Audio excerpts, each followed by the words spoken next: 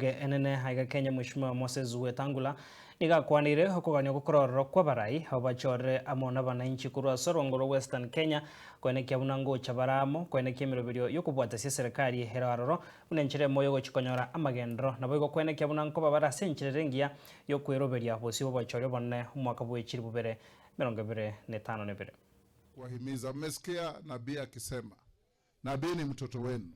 Kule bunge, wabunge wa region hii wameungana na nabii ndiye karani wao. He is the Secretary General of Western Parliamentary Caucus, na yeye anaunganisha wenzake wote ili umoja wetu uchangie umoja wa nchi yetu.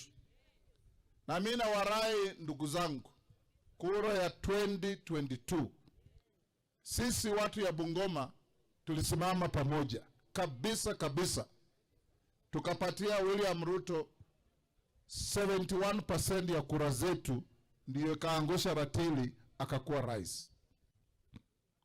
Sasa tunaenda 2027, ila alituahidi papa atakuwa speaker, mimi ni speaker. Musalia atakuwa prime cabinet secretary, yeye yuko. Cabinet yake ya kwanza nilipatia msichana anaitwa Susan Nakhumicha, mtoto wa mama Omungaji. Susan Nakhumicha Omuiwana Mungaji. Saa hii yeye ni ambassador wa Kenya kule Habitat Nairobi. Msichana yenu. Sasa mjione, hii si serikali ya kule, ni serikali yenu, serikali yetu. Tutembee pamoja, tufanye kazi pamoja. Ukiangalia hapa town tulizindua soko, inajengwa, iko karibu kumalizika. MTC yetu iko hapa, tumeweka shilingi 164 million kujengea watoto wanaosoma hapo hostels ili waweze kukaa vizuri. Barabara hii nimewaambia, na mambo mingi yenye tunafanya.